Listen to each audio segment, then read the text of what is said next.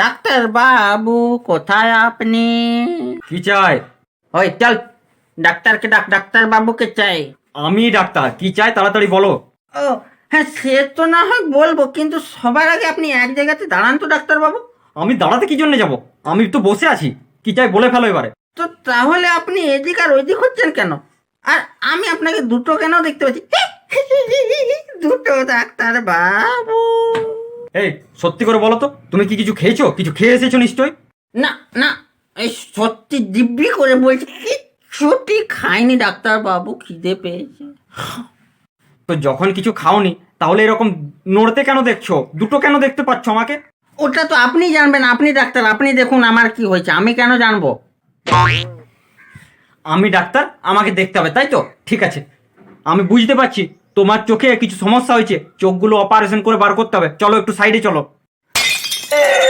নেবেন না ডাক্তার বাবু, চোখ নেবেন না?